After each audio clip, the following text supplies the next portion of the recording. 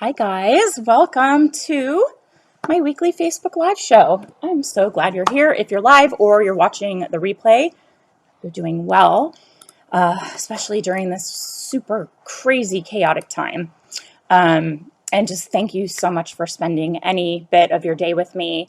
I know we're all pulled in a million directions, and it means so much. I have so many people that show up every week consistently, and it's just awesome. So if that's you or you're here for the first time, welcome. Nice to see you or nice to meet you. So I'm Jen Burson. I am the founder of Generation PR, which is a award-winning public relations, social media marketing agency. I'm based in Los Angeles, and we represent baby and kids brands, beauty and cosmetics. And I'm a former attorney. I've been running my PR agency for March. So it's March. Oh my gosh. So 17 years right now, 17 years, which makes me feel super old. And my birthday's next week. So it's like, whoa, this is like all flying by really fast. And then, of course, about 5 years ago, I realized that a lot of people could benefit from information to enhance their PR skills, to really learn how to become a pitching powerhouse so that they can provide exceptional service to their clients and use that skill to make consistent, predictable, recurring retainer income. Nothing better. I guess truly passive income is better, but that's for another day. So, I share strategies with professionals, PR professionals, on how to connect with the media, giving pitching angles and ideas, which we're going to talk about a little today. And then I want to help you run a profitable business. So we created an agency accelerator, and it's awesome because somehow people from all over the world are finding us. It is the friggin' coolest thing ever.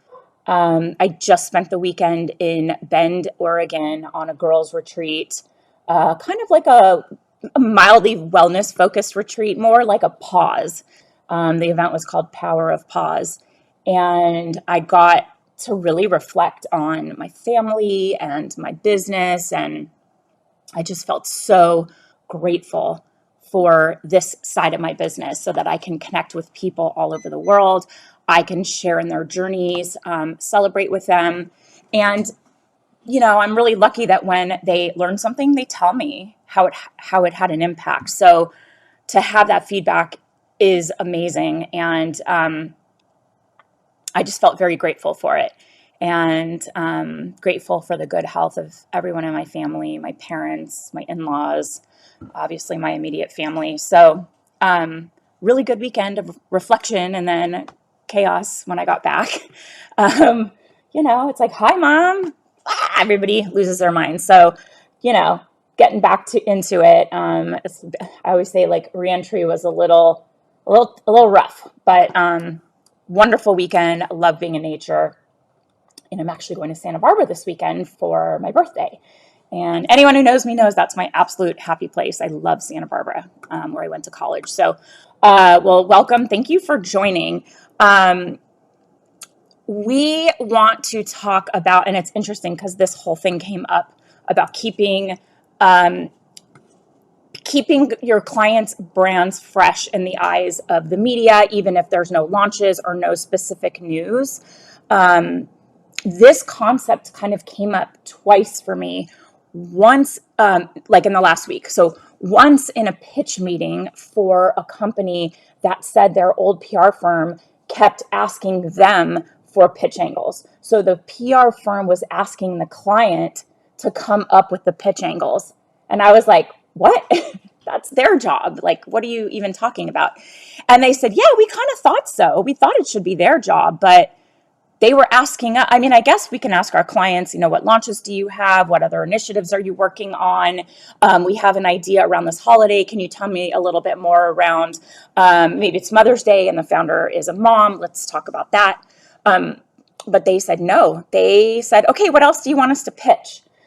So that was a little frustrating. And I know nobody in our community would ever approach a client like that. That is completely the opposite of the service pillar we focus on in the Agency Accelerator, which is really about obviously creating amazing results for your clients and just white glove service for them. So they never want to leave. That's how you create a foundation of retainer income and then build on top of it and grow, right? You're never going to grow if you land a client, do a bad job, and 6 months later they're out.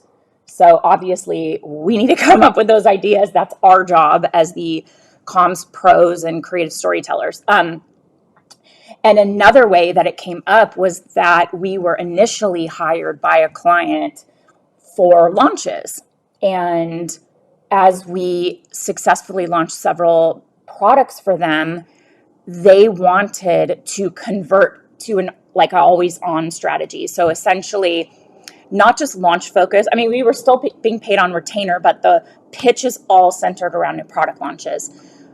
When we pivoted to an always on approach, it means launches, and we were able to secure additional retainer revenue for pitching their core collection on an ongoing basis and pitching them for business stories. So that sort of, how do we keep this brand in the media at all times, even if there's not a launch? We're going to talk about some of the ways that you can do that for your clients, but we were able to leverage the results that we got for the client and say, we sat with you in our December planning meeting for 2022, and you talked about a lot of initiatives that are outside of scope, and we'd love for you to prioritize, and we will come back with an additional, a summary of the fees for the additional work. And they didn't bat an eye. So to clarify there, we got an additional fee for the monthly retainer for business press and for you're calling it always on approach, which means we're going back to their core collection of products and pitching them, whenever there's something that's an opportunity or things are a little slow. We are working on strategic partnerships, which is going to be once a quarter with a quarterly management fee. And we are working on a celebrity ambassador with a one-time project fee, not covered in scope. Okay. So, and then in order to do that, sorry, looking for something coming up the street. In order to do that, we created an addendum. An addendum or an amendment. What do we call it? I'm an attorney. I should know this. Amendment. I think it was an amendment to the scope of work. Let me just tell you specifically. Hold on. Addendum. Okay. So addendum is keeps all the same terms of your original retainer agreement, but it adds in additional terms that you agree on together. So we just updated the description of services and the fees associated with it. And the best news of all, we locked in a 12-month contract, an additional 12-month contract. So super great all around, very, very happy about that, but just wanted to kind of share that. Oh, look at you. Oh, hi guys. Okay. Yay. 17 years. Hi, Sari. Just wanted to share that there's an opportunity to leverage these strategies I share to create additional revenue for you. Maybe your scope of work with clients is really narrowly tailored so that if they start to see results and they're really happy, they want to increase scope. Let's do it. And here's how much it costs. Okay. And never be afraid to talk about an additional fee if it's beyond scope. We've been talking about this a lot, and the lower paying clients will push and expect everything is included for what they're paying, typically because they're going to try to form a friendship. And it's hard to say no to someone you're friends with. And people in my program will say, well, I thought I was going above and beyond. And we try to get them to pull it back, and we let them know you're basically working for free. You're over delivering and not getting paid for it. And I hate to say it, but you're getting taken advantage of. And when you pull back, they will lash out at you. typically. It's like a gaslighting strategy. It's like, oh, we're friends, oh, I want you to be a part of this. And you're like, me? Okay, I want to do that. And then you get really into it. And then it's like, could you just like, I know we talked about this being a launch for this, but I actually think there's another story angle and I kind of want it to be about both. And you're like, yeah, okay, but you didn't agree to that. You planned your project budget, which I don't love projects, and I know Nelson's going to agree with me. You plan your project budget around a specific thing, and then you give them an inch and they take a yard. So just be careful about that, and notice that it is always your lowest paying clients, okay? But I wanted to give you some strategies today to really keep your pitches fresh, even if there's no news. So part of the magic of PR is the excitement. Like, you get to help your clients, you get to help brands launch, new products. Everybody's texting me about their Wordle score. Like, why am I the hub of Wordle? Are you guys, let me know in the comments if everybody's still doing Wordle, if you know what I'm talking about. Seems like everyone's doing it, but like my mom, my husband, my brother, his girlfriend are all texting me right now. Wordle in 3. My husband got it in 2, and they're asking me, what did you get? I'm like, I'm working. I don't have time to do that, even though I really would like to, but it's like all day Wordle, Wordle, Wordle, Wordle. Anyway, I like the New York Times crossword puzzle, so I need to spend a little time focusing when I do it. But anyway, when we are involved with product launches, we get to create a lot of excitement around a specific time and a specific initiative, and we get to kind of support their growth along the way. And we're using interesting stories and angles or launches or initiatives they're working on to I don't want to hear a score. So funny. In order to oh, look at this. Oh my gosh, you guys, I'm missing all these comments. In order to keep them relevant all the time. But what happens if there is no news for them to pitch? It is up to us. It's up to us as PR comms pros. It's up to you to keep pitching and keep a brand interesting, fresh, and relevant, even when there's nothing new happening. And I wanted to cover some important strategies to help you keep pitching, to stay excited and engaged, and be really pumped to continue working with a brand when there's nothing newsworthy happening, and feel comfortable, feel like excited at the end of the month to share results, that you're keeping momentum going even during downtimes, and you're earning that retainer. Because if you are going to be on retainer and not engaged just for projects around launches, there has to be a consistent flow. And I know it ebbs and flows, and that's okay too, but showing that creative thinking and finding ways to align and be strategic to get them in conversations the media are having, that's going to keep you, locked and loaded beyond a 6-month retainer. They're going to say, well, we can't, let them go because it's constant press and like we're everywhere. So one of the things we do, okay, so just to give context, I personally represent brands with physical products. So one strategy that we focus on is the brand's hero products. And a hero product is a bestseller that really performs well or is beloved by the brand. It takes center stage. It could be the thing that if you mention the brand, somebody will say, oh, you mean the one that does this? It's a bestseller. Maybe it always sells out.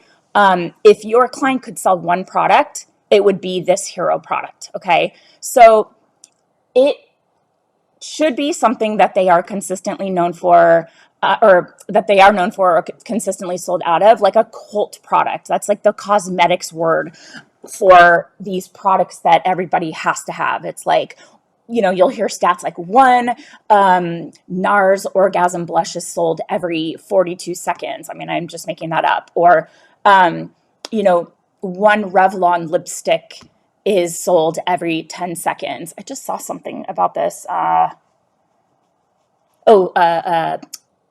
Beauty Blender, the sponges, right? They try, they have a whole line of products, but when you hear Beauty Blender, you don't think about their foundations. You think about the little pink sponge. That's the hero product. So if a product is sold out, that's newsworthy. That in and of itself makes something cool. I would fashion a pitch around that in terms of a huge waiting list. Obviously don't make that up. And sold out could be supply chain issues. That could be the case too, right? But you can leverage that into a story. Like I have a client right now that has their hero product sold out.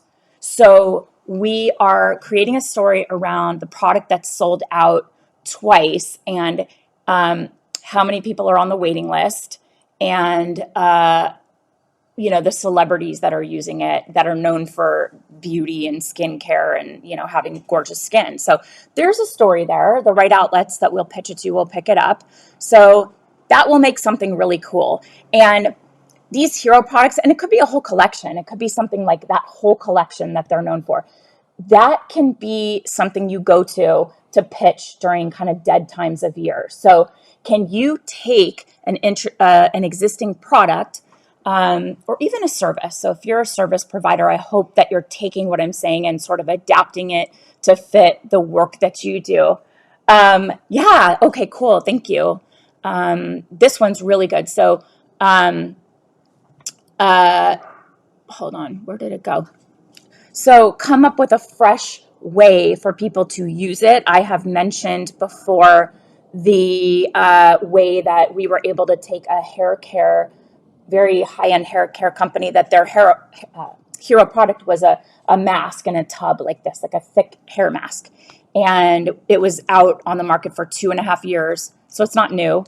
So in order to make it newsworthy, we talked about like rehydrating your hair. So summer months was like swimming in the ocean or swimming in a pool, and the chlorine or the salt water really dries out your hair. So you need a deep penetrating hair mask. And in order to do that, you would take a little scoop, put it on a plate, pop it in the microwave for 30 seconds or whatever we said. And now it's warm, so it'll penetrate even deeper and make your hair softer and more moisturized. We talked about putting your hair up on like in a, whatever, for half an hour, like putting it in a shower cap. That angle garnered so much press for a product that had just sat, on the market for 2.5 years. So how can you retool it? Highlight some of the benefits of the product. Hi, Natasha. I just wanted to let you know I see you here. Hi. Some of the benefits of the product or ingredients maybe that have never been featured.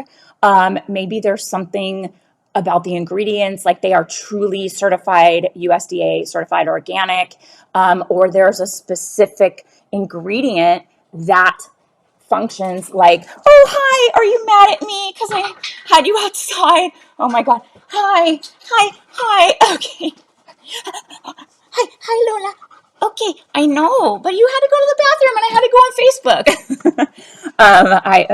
My housekeeper let her in, thank God, because I could hear her barking out there. But she's like, "Wait, what are you doing? Why didn't you come get me?" And now thank you so much. Hi, Sally. Hi, Serena. So yeah. Oh, my puppy. She's getting so big. She's such a good girl. Kevin took her to work yesterday and said, so he has an office he rents on a floor with like all these entertainment people. I think like Bobby Brown is in his office suite, which is super weird. And his wife, they're filming a show. Yeah, the puppy is so big. And I think he said Derek Fisher, who was on the Lakers. It's just like an odd mix of people. A lot of people in the music industry, but he's just running an office. So Lola was wandering the halls and everybody was smitten with her. And he said she was really good. So I was like, great, take her to work once a week, because it's hard when I get up. She gets up. Well, I'll tell you where to find him if you want to come see him.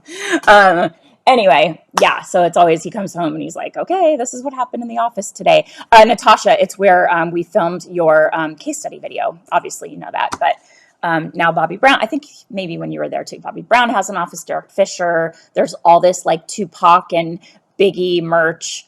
because the guy that runs the office floor, he has the licensing deal for the merch. Yeah, come on up. Come on up and borrow it. It's a pretty sweet spot. So, and Lola got to go to work yesterday. Anyway, so it could be ingredients. It could be something in the way it performs. It could be, some way that it could be the craftsmanship, some way that you are positioning it as remarkable as compared to the competitors, right? So hero products will also offer you the opportunity to pitch based on consumer confidence. So if a product is a bestseller or a cult favorite, like a specific baby toy, this is all my niche, you guys, so whatever. Then yeah, Lola is a celebrity mascot. She totally is. She got a lot of attention yesterday, and she didn't poop in there, which is like always. I mean, she poops in here. Why didn't she? Anyway, we're still training her, but for some reason she was too excited to like actually go to the bathroom all day yesterday. Yeah, I love New Edition too, and BBD. That's my generation, Daria. Like, totally my generation. So there's some product that your clients are known for, like an eyeshadow or whatever that becomes the thing. Like, think about anyone who knows Charlotte Tilbury, Pillow Talk, right? Pillow Talk was a lipstick color, and it was so ridiculously popular, they grew it into an entire collection, and it's eyeshadow and it's lip gloss, lip liners. It's now a color, so they have it for cheek, and actually I think I'm wearing it, but you can play that best selling aspect up in your pitches and make people feel confident about covering that item and purchasing that item. So, sometimes our clients will tell us things and we're like, that's not actually newsworthy. But if they mention something like, oh, blah, blah, blah, sold out again, hero product, waiting list, cult favorite, like, headline grabbing. And that type of copy, let's get back to the affiliate marketing piece, that type of copy will convert really well to click-throughs and purchasing decisions. So if your client's on, Nordstrom, Target, Amazon's the number one for the affiliate opportunities. If your client is on these sites with good reviews, like solid reviews, and it's a reasonable price point, that's like cult favorite. Like, if you think it's sold out and it happens to be available on a site, you're like, oh my God, like I got it. Oh my God, I got to get it, because like, what if it sells out again? Right? Boom. So that will move the needle. And it's very beneficial to the media outlet as well. So, but always be truthful. Don't make that up if it's not true. Okay. Number 2, share the founder story. This is a good idea if the founder of a brand is interested in getting featured as an expert, so they can start to become a known authority in their space. So like my client, for example, is the founder of a natural skincare company, or mostly certified organic. It's like 99%. And she happens to be an MD, and she's extremely smart, and she's very committed to clean beauty and products that are also luxurious and perform. So we're able to pitch her as the founder. She's been running this company for a decade and adding new products to it, and their process and their process for developing something new and the iterations it goes through before it's actually on the line, all the way down to the packaging. The packaging has to be post-consumer and also recyclable. And I'll tell you, the media doesn't want to cover recyclable because that puts the burden on the consumer and nobody is recycling it. So if a company is saying recyclable, that's passing the buck and passing the responsibility. And media is now saying, it's BS because they don't actually get recycled. So the brands, the companies are having to do more to eliminate, post-consumer waste. So just keep that in mind. Don't always pitch recyclable because it's kind of like a useless nothing. But this founder is awesome to talk to. She's got a great personality. And, we're always talking about her in the context of she was like a very legit MD and has a great story about why she created the line. And it gives this brand so much credibility. And she's an authority in the natural beauty space. And that also helps to create consumer trust for the claims that we're making about the products. Obviously, they don't claim anything that they can't claim, but in terms of what they can say, how it performs, the ingredients, the fact that 99% of the ingredients are USDA certified organic, how they stack up against the competitors that are also making similar claims. She has a way that she can share that expertise. So you can pitch different story ideas around topics that will demonstrate their expertise and get them in on the conversation that they want to be known for. So work with your client. Inside of our program, the Pitch Lab, we actually had Natasha, who is here listening. Natasha, will you text? I always forget. Establishing your authority as an expert. She taught a masterclass on how to sort of pull out the topics from your clients that you can use to pitch their brand story, to pitch them as an expert. And that is a masterclass inside of the Pitch Lab. So if you are a member of our Pitch Lab, you will gain access to all of those masterclasses. There's a ton of them. But Natasha, if you can remember, we were texting this morning trying to remember what it was called. But if you can remember, put it in here. But it was really helpful. So it's the kind of thing you have a conversation with your clients. You keep a running list of talk topics, is what she calls it. And then you can start to pitch those out and they can weigh in on the story because they've already told you they're an expert on it. Okay. Heading to the Pitch Lab now. Okay, Naisha, go to all the way at the end. So I know at this point you have access to everything. So go all the way to the end to masterclasses. And Natasha's might be like the second to last one. And then we had one from Tony Boylan, who's a former journalist, and his has a funny name. What did we say it was, Natasha? It's like why media are jerks or something like that. Why journalists can be such jerks. Confessions of a former reporter and how PR pros can better understand their prey, with Tony Boylan. It was really good. And we have many, many more coming. So yeah, Naisha, that's where you'll find it. And it was a really, really good talk. Great information for just this particular idea for creating evergreen content or like evergreen story ideas. Okay, number 3, create business profiles on the brand. So see if your client is interested in getting brand profiles, not just on the products, but on the founder's lessons, their journey to create this business. What is the business doing? Maybe there's a give back component that has really been successful. Who did I talk to? Oh my God, yesterday. I'm like losing track of all the...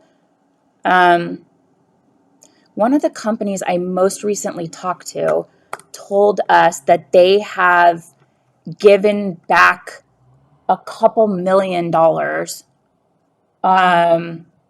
through a giving initiative. And I am not remembering who just told me that. There was some amazing gift. So Jen, one of the members of our Agency Accelerator Plus, was telling us about a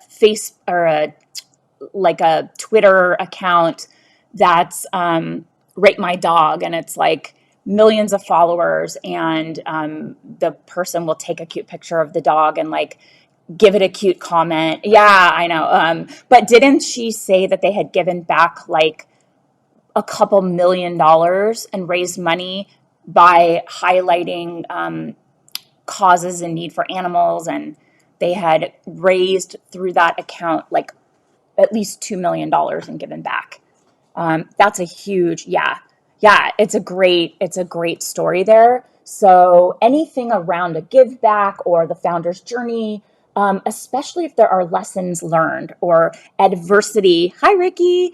Adversity overcome.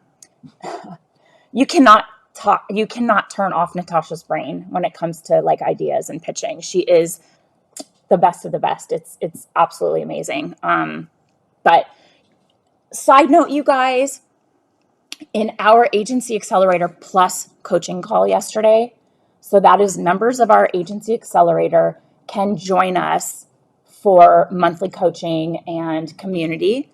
And you can stay as long as you want, or you can leave. It's sort of like come and go monthly. Our call yesterday and our hot seat for a new member was like, yeah, Natasha says, I love the call so much. I was like, okay, there's 20 lessons to be learned right now. And it's a little bit of a tough love situation, but you will thank us later. And then Natasha reminded me that we gave her power back. Yep. That is an amazing way to say it. And that's what it felt like. I mean, I think she was like, oh my God, like, what did I get myself into? But Natasha, and she said, she emailed me last night to thank me. Beautiful.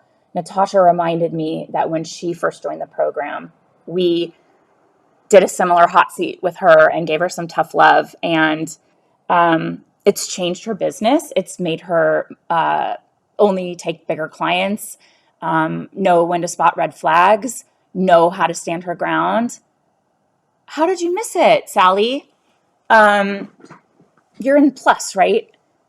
That's the monthly on Agency Accelerator on top of, it's separate from Pitch Lab, Sally. I'm sorry that I don't remember if you are or not. There's a lot that I have to manage, but I think you are, yeah. It was really good. It was really, really like, whoa.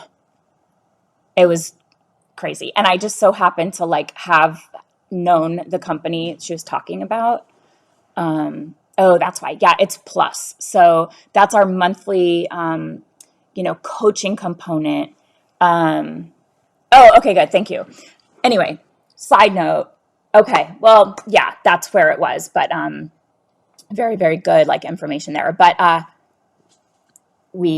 yet. Oh, come join us, Sally. Sally always participates in everything, and I love seeing her. Anyway, so in this case of creating business profiles on the brand, you shift. Natasha's saying, Sally, it's so good. It's a great mastermind. Yeah, and you know what I was saying? For this particular woman to go back to the client and let her know that her mastermind of established, seasoned PR professionals, PR veterans who are also coming from a journalism background suggested or highly suggested that this approach should not be taken, that it would be a big disaster and it would backfire on both of them. That was one piece of it. But yeah, it's a phenomenal group, super smart and so helpful. Oh my God, yesterday I was like learning so much and feeling like we gave so much. Yeah. We literally gave her a script to go back to her client and take back the power. It was awesome. Yeah, I was like, and she happened to have a call with the client the next hour. So like she was like, I gotta go. And I'm like, but you need to know, and we gave her new positioning angles. I was like, you need to know how to address this with her. So I can't leave you like all frazzled because we're like, that's bad, that's wrong, don't do that. This was a mistake, But we came together and we're like, okay, here's what you can say to take your power back. So good. So good. Oh my God. So when you're shifting from their typical type of publication, like consumer publications or like parenting, lifestyle, beauty publications, wellness, whatever, to business focused outlets on entrepreneurship, this is where you highlight the founder and the business instead of the products, but you also need to be ready and you should have these things in advance, or at least the agreement from the client, they're willing to talk about it. But typically something around metrics, revenue, growth, stuff like that is going to come up. It's going to come up. Like, don't expect to get into Forbes if you are pre-revenue. Don't. We had, again, another master class with Dr. Cheryl Robbins. Why does that say Dr. Cheryl Robbins? Oh my God, why am I like losing my mind on that? And she is a contributor to Forbes and came inside the pitch lab and taught us a master class all around like what to do, what not to do, what Robinson, okay, Dr. Cheryl Robinson. So that is also in the pitch lab. This master class she taught was so informative. These guest classes are like, she's so great. Natasha introduced her to me. She is a great friend of Natasha's, but anyway, yeah, your client's not going to get these business driven stories unless they're willing to share some sort of a metric on like audience growth or revenue growth or, something percentage of growth over the year, that's going to come up. So if your client's like, we're not a public company, so we don't need to talk about those things, then you need to say, well, then I can't probably secure you press because it's going to come up, and I can't go to that length and then know that I can't give any metrics because it's going to kill the relationship. Okay. Strategy 4, create data-driven stories. So does your client have surveys or case studies that are packed with data? Or have they done their own research, or is there some recent independent research study that was done that your client can align with or be somehow related to? So research and statistics are a great way to land press, especially if you can package it in a way that communicates the data and tells a story where your client can have a voice in that story or be something that aligns with the findings of that story, makes sense. So if there's some kind of data, independent third-party studies are the most compelling. But if your client has surveys, case studies, some sort of transformation or multiple transformations that they can use to, align with like a statistic, something data-driven, that is a great thing to work on as a filler story during your slow period. And we typically find that a client does need to be willing to interview in order to supplement a story like that. So keep that in mind. And you can't pitch data that isn't ironclad. Like your writer is staking their reputation on your word. And so you have to come with, how was like, research. When people say research, like I researched, Google searching something and just reporting on the top 3 things you find is not research. That's not research. That's like internet searching.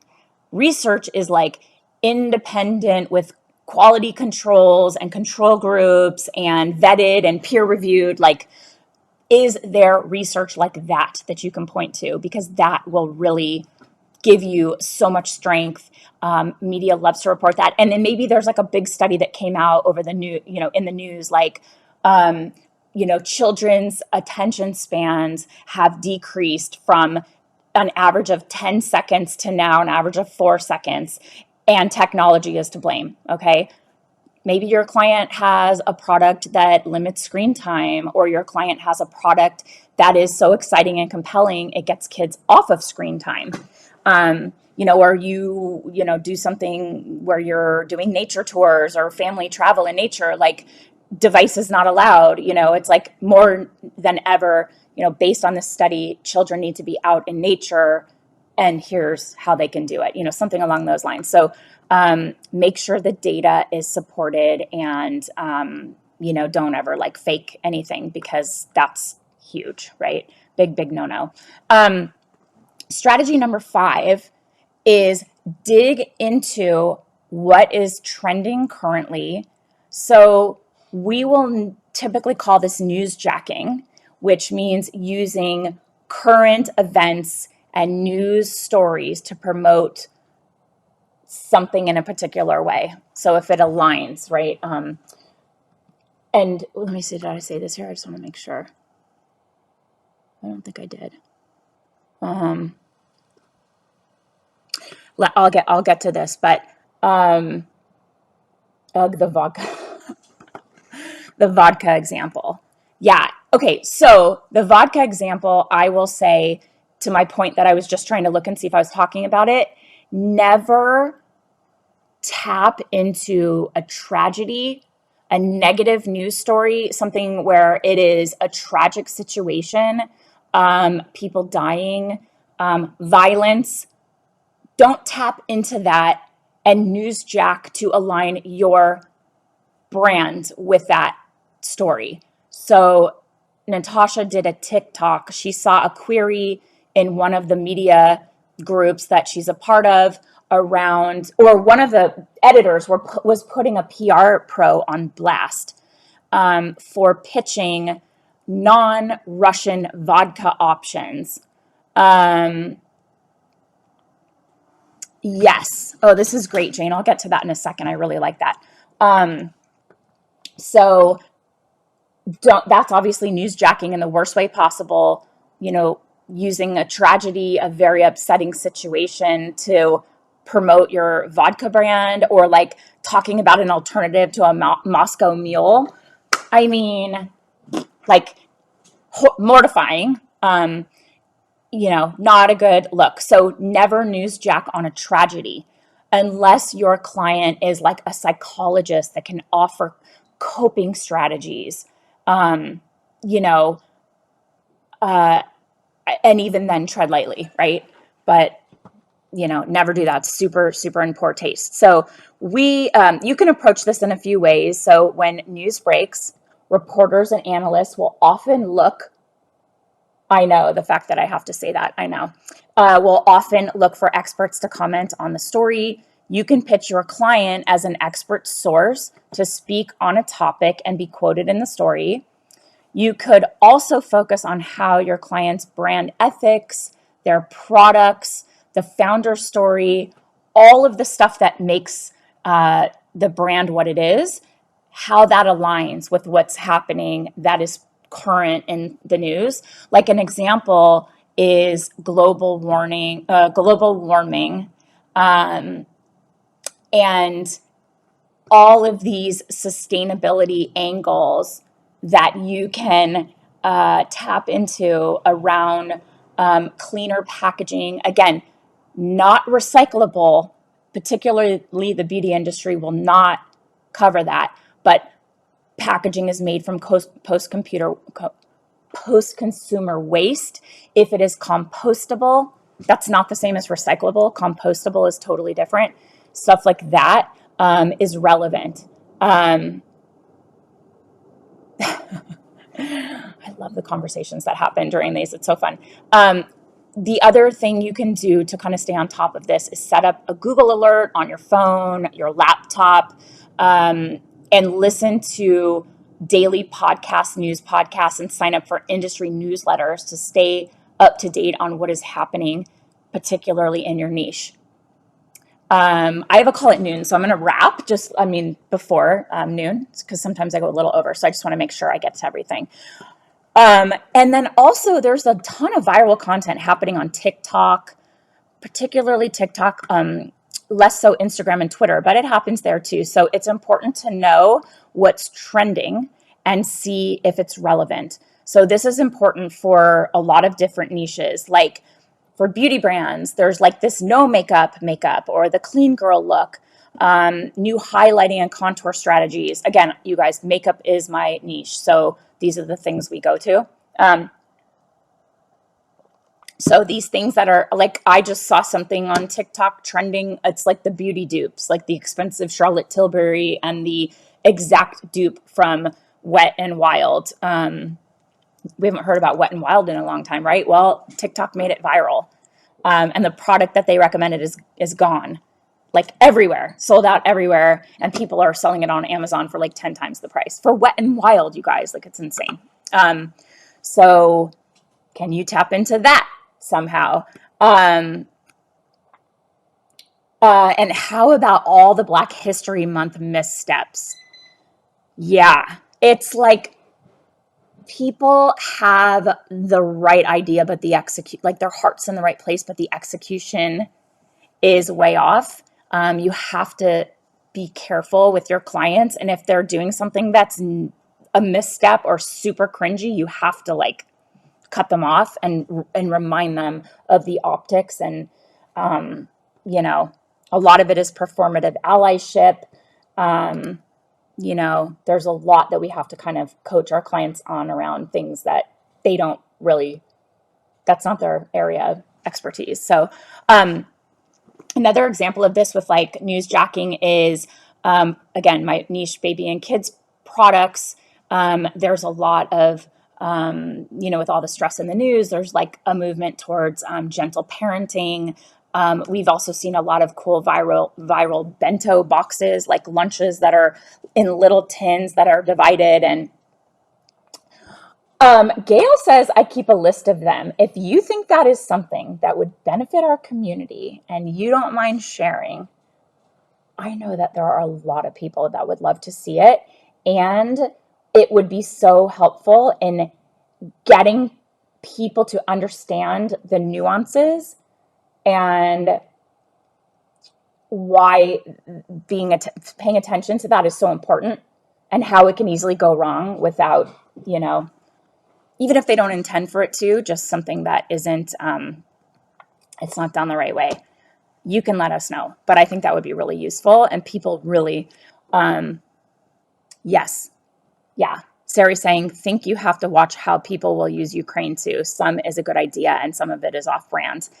I mean, unless it's like showing support, solidarity, compassion, empathy, and the way that they are supporting and giving back, not just a post with a graphic, but actually the causes they are supporting and how their customers, their audience. So it's like educational on how, if they want to contribute, here are the places where your funds will have the most impact. I think something like that, if it's done the right way, will be really, you know, impactful and is probably the right approach to it. Don't talk about it, be about it. Awesome. That's great. Who's that quote from? Or where? It's like a Gary V thing or something. Tell me who said that, because that's so right. Okay. If you can take a social media trend and make your clients relevant to what is happening with that trend and pitch a compelling story, you're going to potentially land some great press that happens very quickly, and something that we already know that angle has some kind of viral component to it. So probably it'll happen quickly and there will be some traction quickly. So these are these like pounce on them moments. Sometimes you're up all night because you get that idea and you know you have to be in an editor's inbox in the morning. I forgot. That's okay. It's just one of those like good ones that's just like a good reminder. You know, it's about getting, seizing the moment. Let's say newsjacking, seizing the moment, coming up with these great ideas so that you can align your clients with these discussions. And strategy 6, and we will recap all of them, is, oh, sorry, my neighbor's outside with the dog. It was in a hip hop song. Well, that's gospel, right? Like that is, that's the important news. Yeah. Oh, good, Ricky. Ricky's saying my client, International Medical Corps, is delivering medical services on the ground in Ukraine. So it's been a crazy week on my side. Tons of great press. And Ricky showed up to our agency accelerator, lesson 3 call. That was 3 hours on Monday, fully tuned in the whole time. And she's here. So I love your commitment to, like education and growth and all of that is so great. Okay. Then strategy 6, this is basics, you guys. Let's just don't forget about them. Go back to the basics and focus on seasons. So this is where you formulate your seasonal pitches. This is the foundation that we talk about inside the pitch lab. Very, very simple, but like we take a layered approach to building your press plan, and pitching starts with what's set in stone, like holidays, and then seasonal trends and themes. We know that on a 12-month cycle, media is talking about similar things at similar times, plus holidays that never move. Will your client be focusing on back to school marketing? What about summer travel or anything that's around like a Valentine's Day date idea? These things, they're going to come up during set times, and we know that. And then it's obviously about backing into the timing for long and short lead, which we give you all of that inside the pitch lab and our execution plans. But now is the time to really hone in on what applies most to your client with the dates that are already set in stone. And that's the best way to plan ahead and get creative. So there are more kind of obvious holidays of the year, like Christmas, New Year's, Hanukkah, just sort of December in general is like holiday season, Kwanzaa, and other big holidays like, Mother's Day, Father's Day, all of those things that are Easter, set in stone on the calendar. But there's also a really creative way to tap into the small tailored holidays throughout the year. Like the range kind of more serious ones, like International Women's Day, which, does anybody know when International Women's Day is? I'm going to sip my latte while I wait.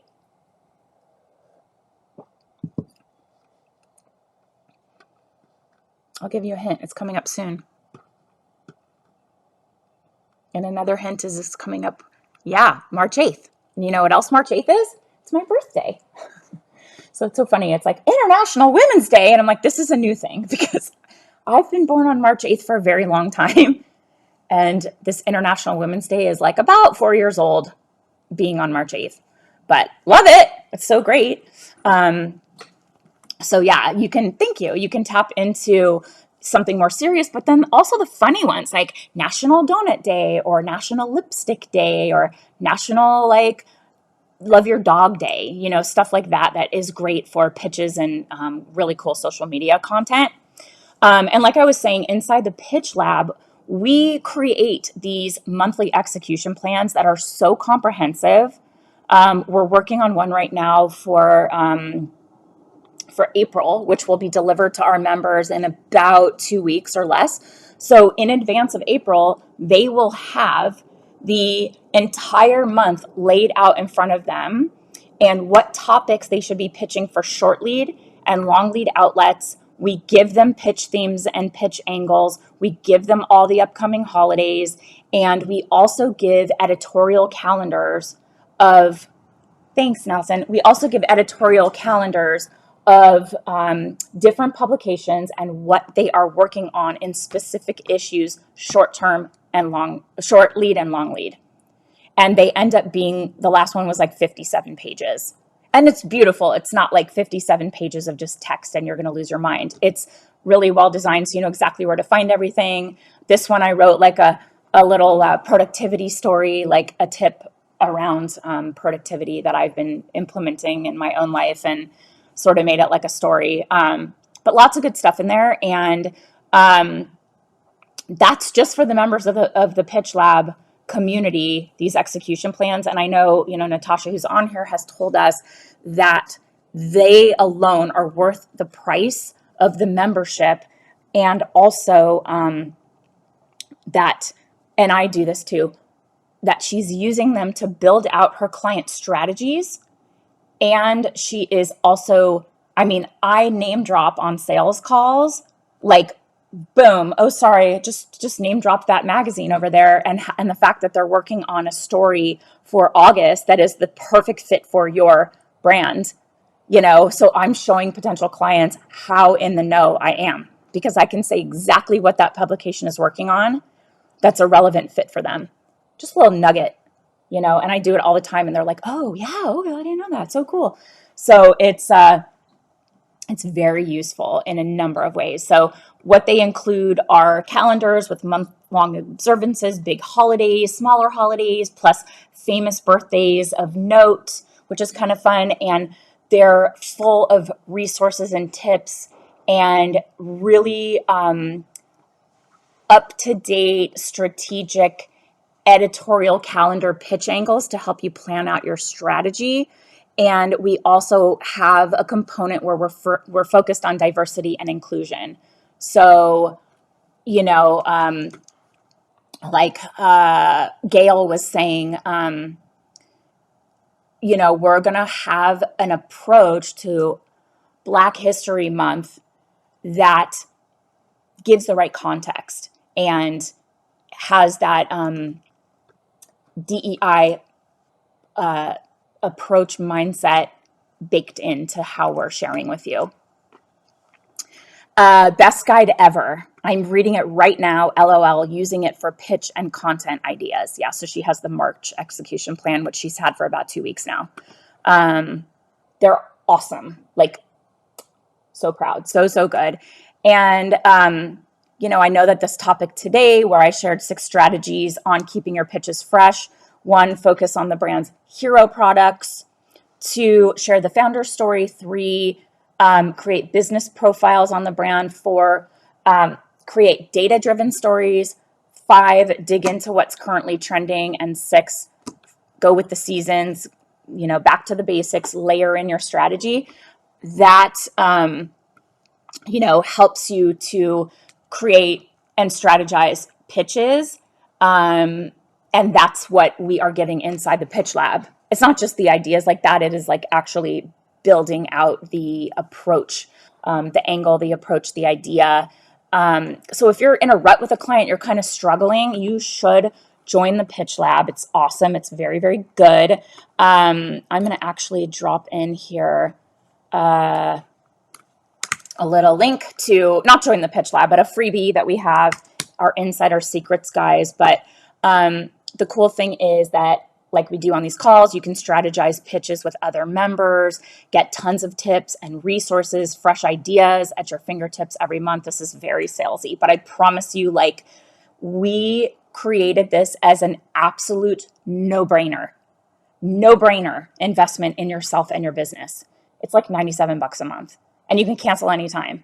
And if you get in there, and there's I didn't even tell you, there's an entire foundation that is a step-by-step PR program. You can go through it as a refresher. You can train your team with it. It is so deep and it is so high level. Beginners will become masters. And if you've been doing PR for years and years, I promise you, you will learn something in there. I learn stuff all the time and I'll be like, oh yeah, what did we say about that? Oh, that's really good. And half the time I'll text my team, that was really good. That was really good. So I'm always worried about making it the best and delivering value. And every time I record, I'm like, that was so good. People are going to love this. So that's inside there too, plus masterclasses and a community and a monthly coaching call. And it's $97 a month, you guys. So check it out. It's well worth it. And you don't have to commit. There's no fee to join other than your monthly payment. And it's really awesome. And I have a call right now. It's actually a big call. Hopefully guides a decision we are making. That is something I'm very excited to do. And I hope I can make it work out. So I will keep you posted on that. But thank you for being here. If you have any ahas, takeaways, anything you want to share with us, post in the Profitable PR Pros group. Listen to my episode of the Pitching Powerhouse podcast this week with Amanda. Am I remembering right? Oh my God, it's Amanda Holdsworth. Yeah. I talked to so many people. Hold on, let me see. Amanda Holdsworth. Oh my God. It's really good. It's super, super good and inspiring, and she's amazing. So that was great. If you love the podcast, rate us, all that good stuff. Thank you for being here. Have a great rest of the week and take care of yourselves.